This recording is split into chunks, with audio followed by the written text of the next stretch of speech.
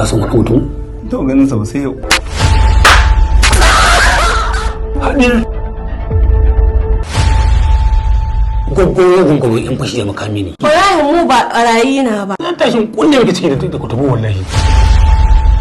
Total ɗin abin da ya kama naira miliyan 2,360 ɗin kayan ɗaki da sadaki da komai. Idan aka ba ku miliyan 2,500 ba an gama komai ba sai maganar ɗaurin aure? Yayi.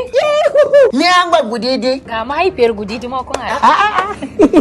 Ina wuni. To na turo a gyara katangan nan an gyara ko? Kuɗin ya kasa. Nawa ne kuɗin? 100 ne ba yawa. In 100 ce ga ta. To godiya.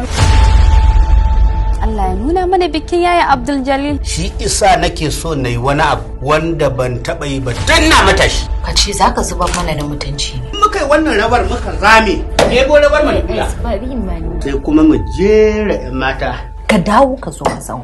Ai ko ba ai kalangu ba. Sai an ɗauko diji.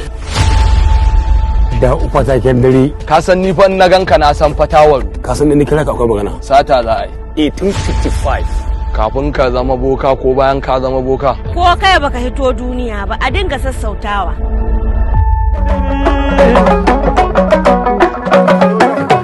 Ni na gode ma ai rajina.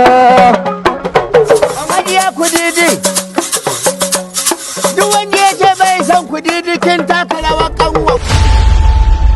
Wanda ya gaya miki wannan magana ƙarya yake. Mama na ne fita faɗa wannan magana. Astaghfirullah. To amma dai gaskiya mahaifiyarki ita ma da ɗaukan maganganu take. Madaki, Alhaji. me kake yi a kan gado na?